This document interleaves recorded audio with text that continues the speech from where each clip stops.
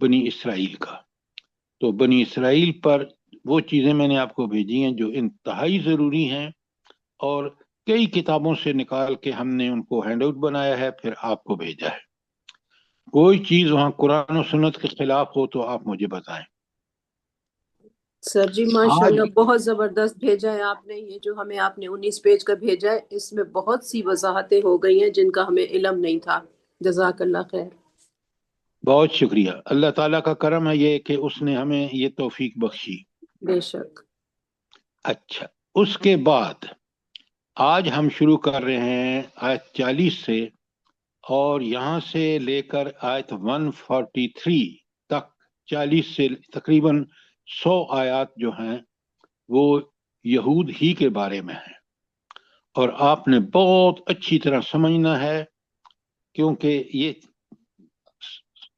قرآن کی ہر صورت اہم ہے، لیکن سورہ بقرہ کیونکہ 2.5 پاروں پر مشتمل ہے، تقریباً 40 رکوع ہیں، 286 آیات ہیں، بہت اہم صورت ہے. جیسے ابھی آپ دیکھ چکے ہیں کہ ہم نے جو آیت 39 تک پڑھا ہے سارا، کہ کس قدر اللہ تعالیٰ نے پہلے انسانوں کے 3 گروہ بتائے ہیں، پھر ان کی تینوں کی خصوصیات بتائی ہیں، ان کا انجام بتایا ہے، اور اس کے بعد واقعہ حضرت آدم اور ابلیس کا سامنے رکھا ہے، جس میں بہت ساری انفارمیشن ہے. اچھا، آدم اور ابلیس کے واقعے میں ہمارے لیے کون سی آیات اہم ہیں ہماری ہدایت کے حوالے سے؟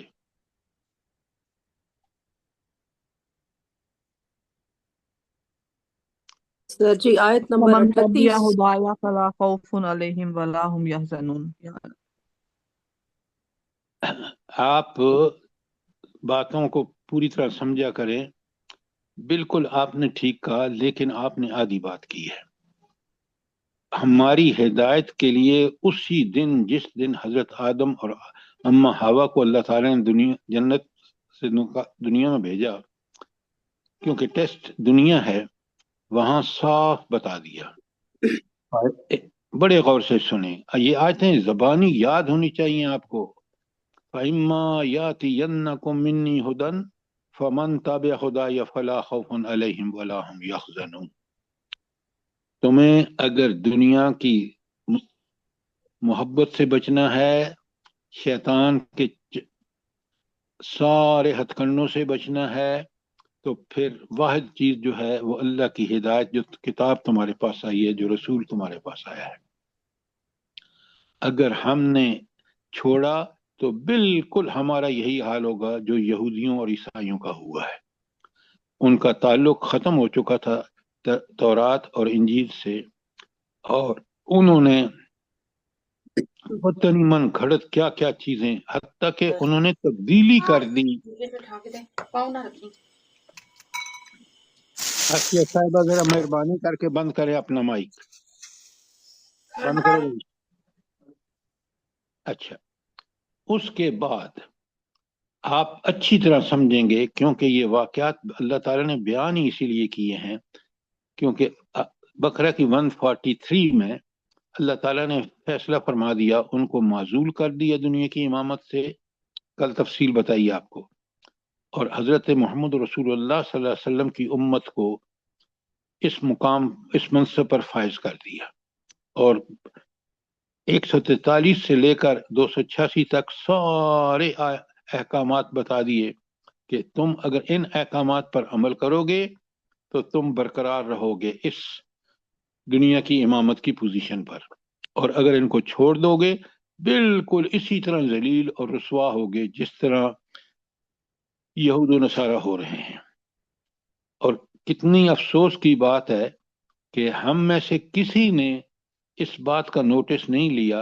روز سورہ بقرہ پڑھتے ہیں کہ ہماری تباہی اور بربادی کی وجہ کیا ہے. ایک ہی وجہ ہے، اور وہ ہے قرآن و سنت کو چھوڑنا. اچھا، اب ذرا بڑے غور سے آپ نے پڑھنا ہے. میں نے آیت 40 سے شروع کر رہا ہوں، اور بالکل میں آپ کو سائیڈ بائی سائیڈ مسلمانوں کو پہ اللہ کے کیا رحمتیں ہیں، کیا احکامات ہیں. تو آیت 40 تا 46 اس وقت بیان کر رہا ہوں، اور بنی اسرائیل کو اسلام نے دعوت دی ہے، حضور نبی کریم صلی اللہ علیہ وسلم نے ان کو دعوت دی ہے کہ ان کو یہودیوں کو، اور پہلے سب سے پہلے ان کے لیے 12 جو احکامات تھے اس کا ذکر ہوا ہے۔ اب دیکھیں ایک ایک آیت کو بڑے غور سے سنیں، سمجھیں، سوال کریں۔ بسم اللہ الرحمن الرحیم، میں آیت نمبر 40 پڑھ رہا ہوں۔ یا بنی اسرائیل، اے بنی اسرائیل، اذکروا نعمتی التی انعمت علیکم، ذرا اس نعمت کو یاد کرو جو میں نے تمہیں عطا کی تھی۔ اب آگے نعمت کا ذکر آ رہا ہے۔ اللہ تعالیٰ نے ہمیں بھی بہت بڑی نعمت دی ہے۔ ان کو کیا نعمت دی؟ لیکن شرط پہلے بتا دی۔ شرط کیا ہے؟ وَأَوْفُوا بِعَهْدِي، تم میرے عہد کو پورا کرو۔ اوف بعہدکم، میں تمہارے ساتھ جو عہد کیا ہے اس کو پورا کروں گا۔ اچھا، یہ وَأَوْفُوا بِعَهْدِي، اللہ کا عہد کیا تھا ان کے لیے اور ہمارے لیے کیا عہد ہے؟ یہ پیغام جو تمہارے پاس آیا ہے اسے دوسرے لوگوں تک پہنچاؤ، اور خود بھی اس پر عمل کرو اور دوسروں تک پہنچاؤ۔ سب سے پہلے خود اس کا نمونہ بنا۔ فلا خوف علیہم ولا هم یحزنون۔ ہاں، وہ آپ نے آیت تو پڑھ دی، لیکن میرے سوال کا جواب یہ نہیں ہے۔ اللہ کا ہر امت سے وعدہ ہوتا ہے وایا نبی سے، اس جو نبی آتا ہے اس کی طرف، اور ہر امت سے وعدہ تھا اللہ تعالیٰ کی اطاعت۔ کیسی اطاعت؟ جیسی اس رسول نے جو نمونہ بنا کے اللہ نے بھیجا ہے، جیسی اس نے اطاعت کی ہے ویسی اطاعت کرو۔ یہ ہے اوف بعہدی، میرے عہد کو پورا کرو۔ تمہارے اندر حضرت ابراہیم، حضرت اسحاق، حضرت یعقوب، حضرت یوسف، انبیاء کا، اور آخری نبی آئے ہیں حضرت عیسیٰ علیہ السلام۔ تو ان تمام انبیاء جو ایک ہی دین اسلام لے کے آئے، تم یہودی بھی بن گئے، نصرانی بھی بن گئے، لیکن تم مسلمان نہیں بنے، اس لیے کہ سارے انبیاء کے لیے ان کی امتوں کے لیے فردن کو، ہر فرد کو کہا گیا وَسَمَّاكُمُ الْمُسْلِمِينَ، اس نے تمہارا نام مسلم رکھا ہے۔ اور مسلم وہ شخص ہوتا ہے جو اللہ تعالیٰ کا 100% فرما بردار ہوتا ہے۔ آج یہود و نصارہ جب حضور نبی کریم صلی اللہ علیہ وآلہ وسلم دنیا میں تشریف لائے تو یہود و نصارہ بالکل اپنی خواہشات پہ چل رہے تھے، اپنے جو جاہل علماء اور ان کے درویش تھے ان کے پیچھے چل رہے تھے۔ انہوں نے نبی کریم اور اپنے نبی حضرت موسیٰ علیہ السلام سے لے کر جو بعد کے انبیاء آئے ان کا کوئی خیال نہیں رکھا، ان کو بھول گئے، جیسے آج ہم محمد رسول اللہ صلی اللہ علیہ وسلم کو بھولے ہوئے ہیں۔ یہ تھا اللہ تعالیٰ کہہ رہے ہیں وَأَوْفِ بِعَهْدِكُمْ، میں اپنا عہد پورا کروں گا۔ کیا مطلب ہے؟ اللہ کا عہد کیا ہے ہمارے ساتھ؟ جلدی بتائیں۔ اگر وہ اطاعت کریں گے تو اللہ تعالیٰ انہیں جنت عطا کرے گا۔ شاباش شاباش، یہ ہے اللہ کا عہد کہ اگر تم اطاعت کرو گے نبی جیسی تو میں تمہیں جنت دوں گا۔ اور اللہ تعالیٰ آپ کو پتہ ہے بِكُلِّ شَيْءٍ علیم ہے، اس کو ہماری ہر حرکت کا پتہ ہے، اور اللہ کل شین قدیر ہے، جو چاہتا ہے کرتا ہے، کیونکہ خزانے طاقت سب کچھ اس کے پاس ہے۔ لہٰذا اللہ نے جو وعدہ کیا ہے وہ پکا سچا وعدہ ہے، اگر ہم کریں گے تو اللہ ہمیں ضرور جنت دے گا۔ اور پھر آخر میں کہا وَإِيَّايَ فَارْحَبُونَ، اور مجھی سے ڈرو، تم مجھ سے ڈرتے رہو۔ کیوں ڈرتے رہو؟ بتائے نا۔ کیونکہ وہی خالق، رازق، مالک، حاکم ہے۔ بالکل، اور اگر اطاعت کرو گے تو فرمانبردار بنو گے تو اس کی محبت تمہیں حاصل ہو جائے گی، بشرطے کہ تم بھی اس سے محبت ہر چیز سے بڑھ کر کرو۔ اور اگر نہیں کرو گے، انکار کرو گے یا تکذیب کرو گے، جہنم تمہارا مقدر ہوگی۔ یہ ہے ڈرنے کی چیز۔ اچھا، یہ جو بات کہی جا رہی ہے وَاذْكُرُوا نِعْمَتِيَ الَّتِي أَنْعَمْتُ عَلَيْكُمْ، اس نعمت کو یاد کرو جو میں نے تم پر کی. یہ دراصل اگر آپ پورے بیک گراؤنڈ سے سمجھیں نا تو یہ جو بات ان کو ملامت کے طور پر کہی جا رہی ہے جی کہ سر. تم نے کتنے بدبخت ہو کہ اللہ کے احسانوں کا جواب یہ دیا کہ اسی کی نافرمانی کرنے لگ گئے. یہ کس سے کہا؟ بنی اسرائیل سے. اور ہر قوم جو بنی اسرائیل کی طرح اپنے نبی کو راستے کو چھوڑے گی، قرآن کے راستے کو چھوڑے گی، وہ اس کا تعلق بھی بنی اسرائیل ہی، اس کا انجام بھی بنی اسرائیل ہی کی طرح ہوگا. اچھا، کوئی سوال یہاں تک آیت 40 کے بارے میں؟ شاباش جلدی کریں. اب میں آپ اس کے متعلق جو دوسری جگہ قرآن میں لکھیں، بقرہ کی 47 میں اللہ تعالیٰ فرماتے ہیں، بقرہ کی 47 اس کے ساتھ لکھیں، یا بنی اسرائیل اذکروا نعمتی التی انعمت علیکم، اے بنی اسرائیل یاد کرو وہ نعمت جو میں نے تمہیں عطا کی. وَإِنِّي فَضَّلْتُكُمْ عَلَى الْعَالَمِينَ، میں نے تمہیں سارے جہان والوں پر فضیلت بخشی. یہ اللہ تعالیٰ نے ان کو کیا فضیلت دی ہے جس کا ذکر یہاں آیت 47 بنتا ہے؟ دینی امامت دی. ان میں نبی پے در پے بھیجے، اور ان انبیاء کی وجہ سے ان کی یہ ڈیوٹی لگائی کہ تم ان انبیاء کے ساتھ مل کے اللہ کی دین کی جو ہے اس کو غالب کرو. یہ تھا ان کی فضیلت کہ ان کی امامت تھی. امامت ان انبیاء کے آنے کی وجہ سے تھی، اور اللہ کے دین کتابیں جو نازل ہوئی ان پر، اور جو ان کو انبیاء نے بتایا سارا راستہ، اس پر چلنا ان کی فضیلت تھی، کیونکہ دنیا کی امامت ان کے پاس تھی. اچھا، اسی کے ساتھ لکھیں سورہ مائدہ. میں آپ کے سامنے پڑھ رہا ہوں سورہ مائدہ کی آیت 7. لکھیں اور سمجھیں، سنیں، پڑھیں.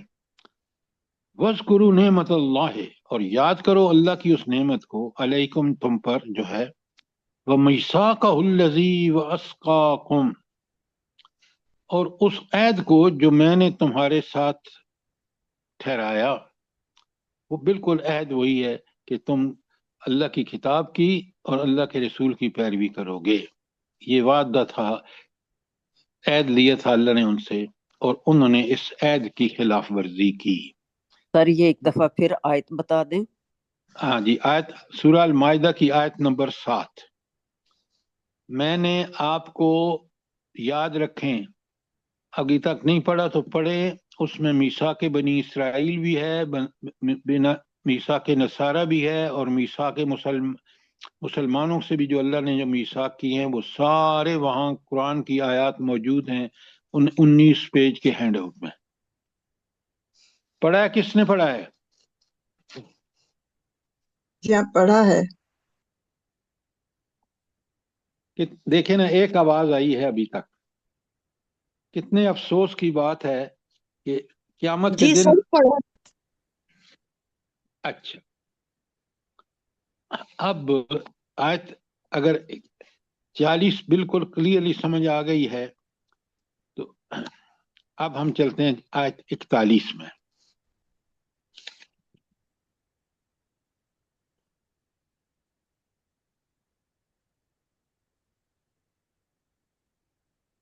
اچھا، یہ بتائیں کہ کتنے مضمون بیان ہوئے ہیں آیت 40 میں؟ یہ قرآن کا کمال دیکھیں. ایک آیت میں اس آیت میں کتنے مضمون بیان ہوئے ہیں؟ چار ہیں. 4 کون سے؟ انعمت علیہم، اور اوفی بیہدی، اوفی بیہدکم، یا فاربون. 4 ہو گئے. جزاک اللہ، 2 جزاک اللہ. نعمتوں کے بارے میں اور 2 عہد کے بارے میں. اسی طرح پڑھا کریں قرآن کو، پھر آپ کو مزہ آئے گا کہ اللہ کی کتاب میں کس طرح چیزیں بیان ہوئی ہیں. اب آ جائیے آیت 41 میں.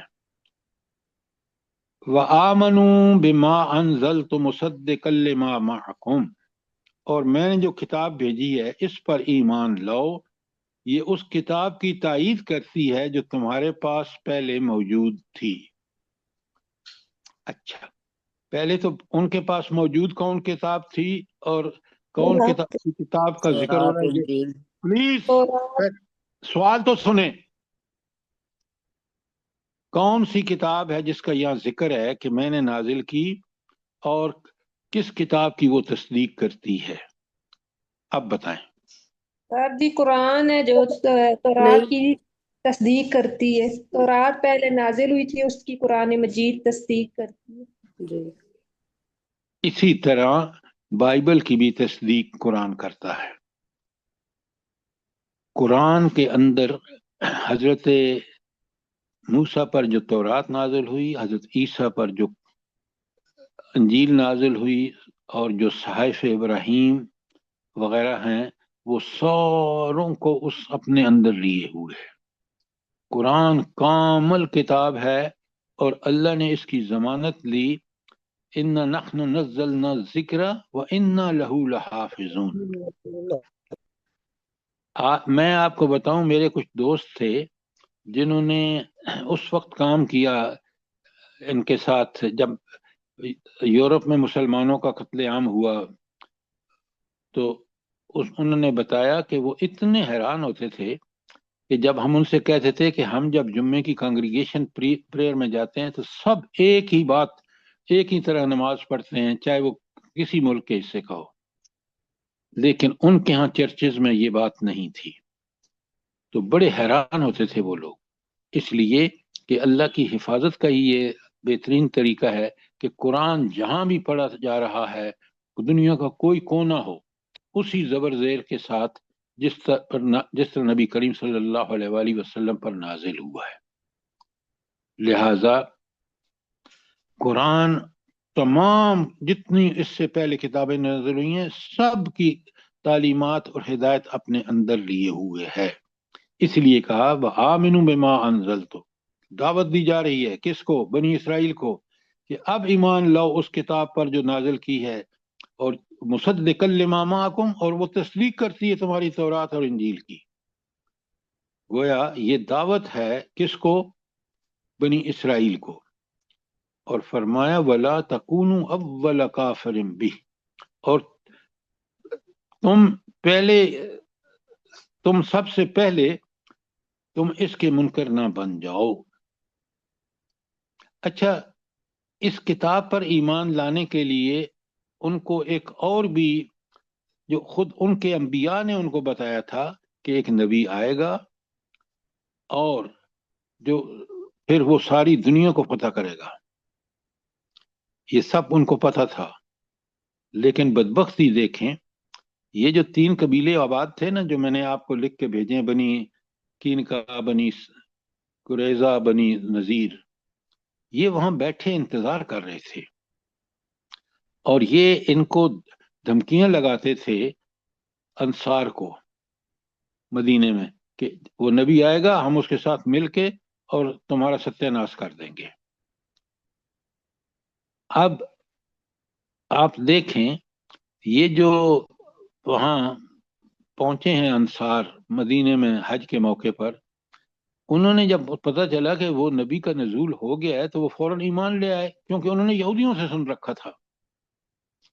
اور بدبختی دیکھیں کہ یہودی قبیلے ایمان نہیں لے کے آئے، حالانکہ ان کے انبیاء نے ان سے کہا، پیشین گوئی کر دی. تو یہ بہت اہم آیت ہے کہ وَلَا تَكُونُوا أَوَّلَ كَافِرٍ بِهِ، تم ہی پہلے اس کے منکر نہ بن جانا. آگے نیکسٹ آیت کا حصہ ہے وَلَا تَشْتَرُوا بِآيَاتِي ثَمَنًا قَلِيلًا، اور میری احکامات کے مقابلے میں تھوڑی قیمت، ان کو تھوڑی قیمت پر مت بیچو. کیا مطلب ہے؟ دنیاوی مفاد کے لیے تم ان کا انکار نہ کرنا، اپنی خواہشات کے پیچھے چلنے کی وجہ سے ان کا انکار نہ کرنا. یہ بہت دنیا میں جو کچھ تمہیں ملے گا وہ دنیا میں چھوڑ کے آؤ گے، میرے پاس آؤ گے تو میں تو اس کتاب جو اس وقت نازل ہوئی ہے اس پر ایمان لا کر اس کے تقاضے پورے کیے کہ نہیں، یہ میں نے دیکھنا ہے. لہذا یہ جو ہے نا کہ کم قیمت پر آیات کو بیچنے کا مطلب یہ ہے کہ آیات کو چھوڑ کر آپ ان دنیا کے مشاغل حرام و حلال کی تمیز نہیں، کمانے میں حلال و حرام نہیں، فحاشی اریانی اور ہر کام کر رہے ہیں جیسے آج مسلمان کر رہا ہے۔ اور آخری بات وَإِيَّايَ فَاتَّقُونَ، اور میرے غضب سے بچو۔ اب آپ اندازہ کریں کہ یہ 40 میں نے پڑھی، 41 آپ کے سامنے پڑھی ہے کہ کس قدر ہمارے لیے یہ وارننگ ہے، ہمارے لیے تنبیہات ہے کہ یہ کتاب جو اللہ کے سب سے بڑی روئے زمین پر اللہ کی نعمت ہے، ہدایت جو قیامت تک کے لوگوں کے لیے ہے، یہ ہم اللہ کہہ رہے ہیں کہ یہودیوں کو کہہ رہے ہیں کہ تم اس فوراً ایمان لے آؤ، اور اگر تمہیں، اور یاد رکھنا کہ اب نبی کریم صلی اللہ علیہ وسلم کے آنے کے بعد، نزول قرآن کے بعد، جو شخص قرآن پر ایمان نہیں لائے گا، جو شخص نبی کریم صلی اللہ علیہ وآلہ وسلم پر ایمان نہیں لائے گا، وہ بخشا نہیں جائے گا۔ یہ اچھی طرح نوٹ کر لیں۔ ہاں، نبی کریم صلی اللہ علیہ وسلم آنے سے پہلے اگر کوئی حضرت موسیٰ کا پکا پیروکار تھا، وہ ضرور کامیاب ہوگا۔ جو حضرت عیسیٰ کا پکا پیروکار تھا، ایمان لایا، ایک نبی کا انکار تمام انبیاء کا انکار ہے، یہ یاد رکھیں۔ کوئی سوال آیت 41 پر جلدی بتائیں۔ یہ ہم یہ صحف ابراہیم اور موسیٰ، تورات اور انجیل وغیرہ کا ذکر کرتے ہیں، زبور کا ذکر کیوں نہیں کرتے؟ جزاک اللہ، بالکل آپ نے ٹھیک کہا کہ اس کی بھی تعلیمات، زبور بھی آسمانی کتاب تھی، اس کی تعلیمات کا نچوڑ بھی سارے کا سارا قرآن کے اندر موجود ہے۔ جزاک اللہ۔ آیت 41 کلیئر ہے، بڑے سارے مضمون دیکھیں۔ آمنوا بما انزلت مصدقا لما معکم، ایک مضمون، ولا تکونوا اول کافر بہ، دوسرا مضمون، تیسرا مضمون ولا تشتروا بآیاتی ثمنا قلیلا، اور چوتھا مضمون وَإِيَّايَ فَاتَّقُونَ۔ کوئی سوال آیت 41 کے بارے میں؟ شاباش۔ سر جی، اس میں سمن کلیل میں وہ بھی آئے گا جو وہ فیصلے سنا دیتے تھے پیسے لے کر، ان کی لوگوں کی مرضی کے، یہود علماء؟ یہ اس وقت یہود کر رہے تھے، بالکل آپ نے ٹھیک کہا، وہ سمنن کلیلہ ہے کہ بائبل یا تورات کے خلاف فیصلے دینا۔ آج آپ دیکھ لیں ہماری عدالتیں ساری مغربی قانون پہ چل رہی ہیں، کہاں ہے قرآن و سنت کا اصول کے قاعدے اور ضابطے؟ ہم نے آئین میں لکھ دیا کہ اس کی خلاف ورزی نہیں کریں گے، اور ہم ڈٹ کے ہر حکومت، ہر ججز، سارے فیصلے اس قرآن کے خلاف دے رہے ہیں۔ دے رہے ہیں نہیں سدرا صاحبہ؟ جی بالکل سر جی، تو آج کل بھی یہی الفاظ ان کے لیے استعمال ہوں گے، سمنن کلیلہ کے لیے۔ بالکل، دیکھیں نا، قرآن کی ہدایات جو یا احکامات جو پہلے تھے، انہی کو یہ مصدق لما معکم کہ اس کی تصدیق کرتا ہے قرآن، یہ بالکل صحیح بات ہے۔ آج آپ دیکھیں، ساری دنیا کو چھوڑ دیں، پاکستان کو دیکھیں، ہم نے ملک بنایا کہ ہم اللہ تعالیٰ کا قانون نافذ کریں گے، اور اللہ ہی کی عبادت ہوگی اس ملک میں۔ اللہ کی عبادت کے علاوہ سب کچھ ہو رہا ہے، اور اس قرآن اور اس سنت کے خلاف ہر کام ہو رہا ہے۔ جی سر، فراڈ کیا ہم نے۔ تو آپ پھر کیوں گلہ ہم کرتے ہیں کہ اللہ تعالیٰ ہم پر رحمتیں نہیں کرتا؟ اللہ کی رحمتیں تو مشروط ہیں، اور شرط ہے کہ آپ اللہ کا وعدہ ہے کہ دنیا ہو یا آخرت، تم اللہ کے بندے بن جاؤ گے تو اللہ تمہارے لیے آسانیاں پیدا فرمائے گا، اس کی مدد آئے گی، اس کی مزید توفیق ملے گی۔ سر میرا بھی ایک کویشچن ہے، آیت نمبر 40 میں فرحبون کا لفظ استعمال ہوا ہے، اور آیت نمبر 41 میں فتقون، ترجمہ دونوں کا ایک ہی ہے، پس ڈرو مجھ سے، تو سر اس میں بیسیکلی ڈیفرنس کیا ہے؟ اچھا، پہلی بات یاد رکھیں، ایک اچھی کتاب جو ہے وہ الفاظ کو بدل کے استعمال کرتی ہے۔ وہاں بالکل آپ نے ٹھیک پوائنٹ آؤٹ کیا، اور یہی مومن کو کرنا چاہیے کہ آیت 40 میں کہا وَإِيَّايَ فَارْحَبُونَ کہ مجھی سے ڈرو، اور یہاں کہا وَإِيَّايَ فَاتَّقُونَ اور بچو میرے غضب سے، یعنی تقوی کی روش اختیار کرو گے تو میرے بچ جاؤ گے۔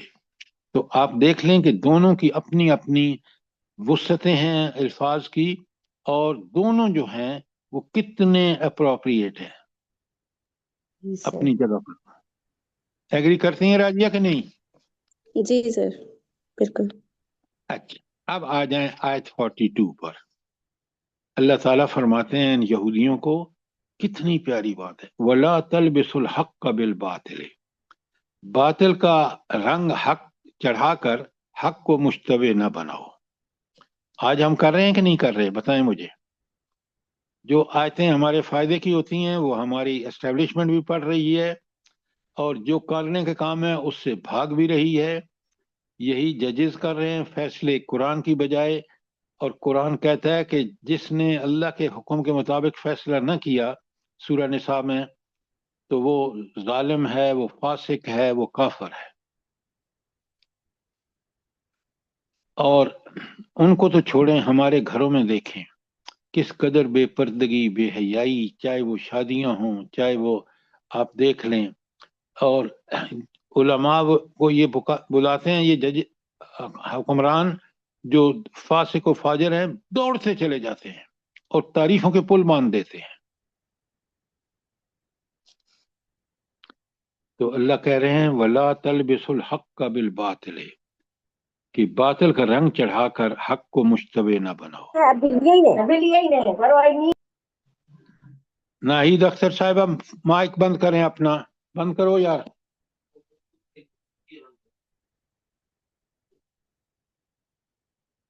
اچھا، تو آپ دیکھ رہے ہیں کہ کتنا بڑا جرم ہے۔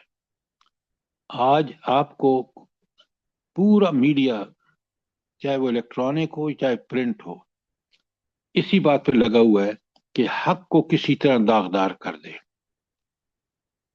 اللہ فرماتے ہیں آگے اسی آیت 42 میں وَتَكْتُمُوا الْحَقَّ وَأَنْتُمْ تَعْلَمُونَ اور جان بوجھ کر حق کو نہ چھپاؤ۔ جو آج جرم یہودیوں کا یہ جرم تھا، اور آج آپ دیکھ لیں کس کثرت سے ہو رہا ہے۔ کوئی سوال آیت 42 کے بارے میں؟ شاباش۔ اچھا، یہودیوں کے بارے میں آپ کو ایک دو چیزیں بتاتا ہوں جو سورہ انعام کی آیت 16 میں، 86 انعام 86 لکھیں، سنیں۔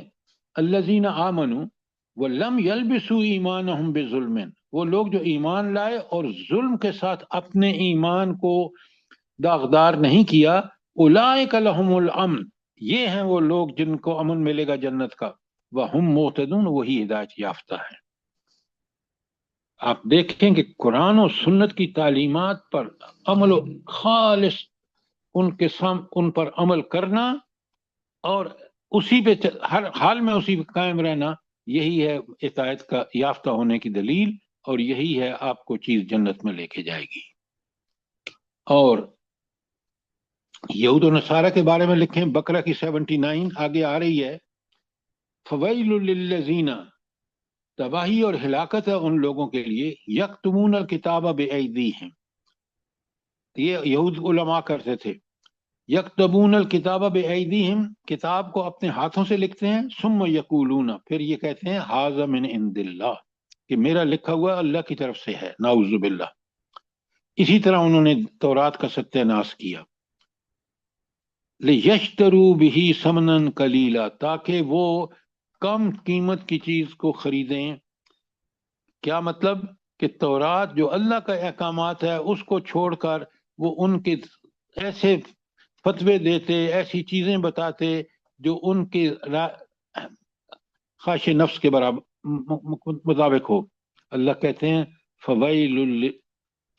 فویل لہم، تباہی ہے ان کے لیے، کتبت ایدیہم، جو کچھ ان کے ہاتھوں نے لکھا، وویل لہم مما یکسبون، اور ہلاکت ہے ان کے لیے اس وجہ سے جو وہ کمائی کرتے ہیں۔ تو انہوں نے تورات کا حشر نشر کر دیا، اللہ تعالیٰ نے اس کی حفاظت نہیں لی، لیکن قرآن کی حفاظت لی۔ شاید اللہ تعالیٰ کو پتا تھا کہ یہ امت بھی کل اسی طرح کرے گی، اور یہ حقیقت یہ ہے کہ ہم وہی کریں قرآن کے ساتھ جو تورات کے ساتھ یہودیوں نے کیا ہے، اگر اللہ تعالیٰ اس کی حفاظت نہ لیتا تو۔ سر جی یہ جو پہلے آپ نے پڑھی ہے انعام کی 86 نہیں ہے یہ آیت؟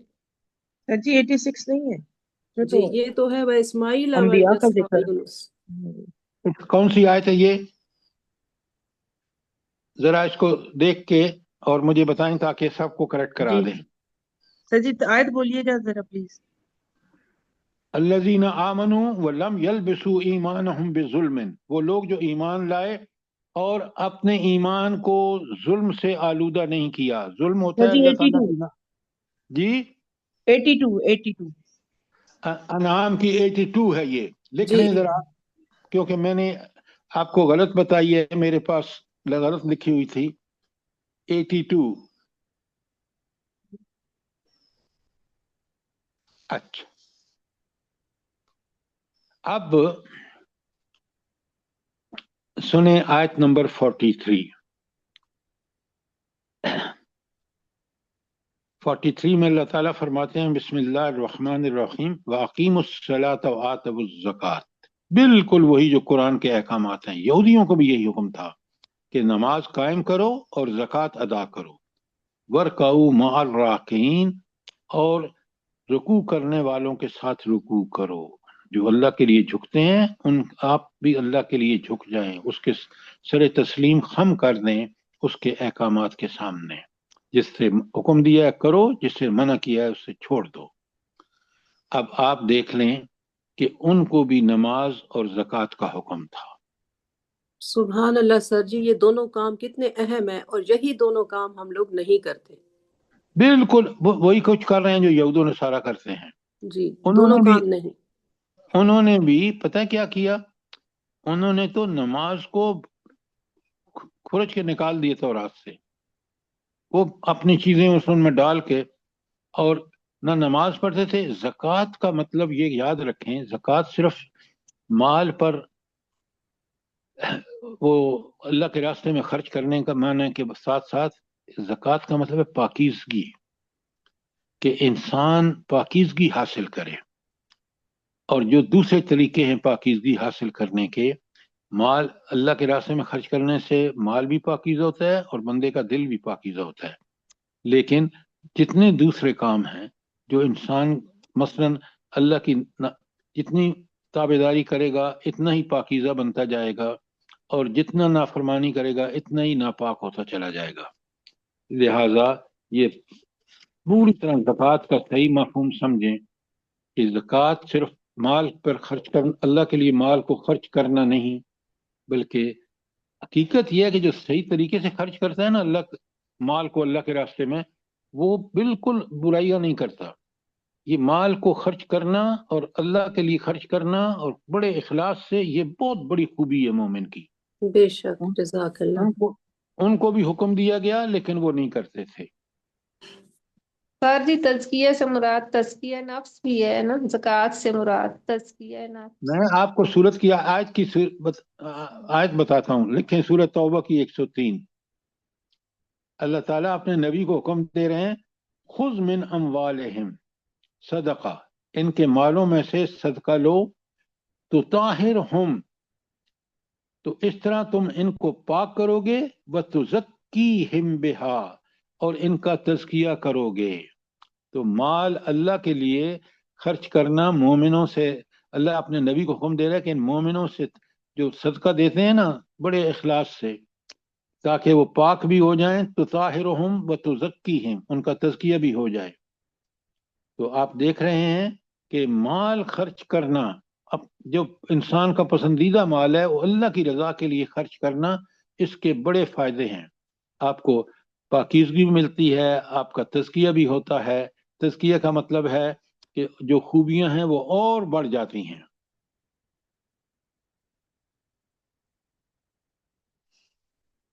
یہ تھی اقیم الصلاۃ کے ساتھ ساتھ یہ ارکع مع الراکعین کیوں بتایا ہے؟ حالانکہ رکوع کرنا تو نماز کا ایک حصہ ہے، تو یہ الگ کیوں ان کو یہ کہا ہے؟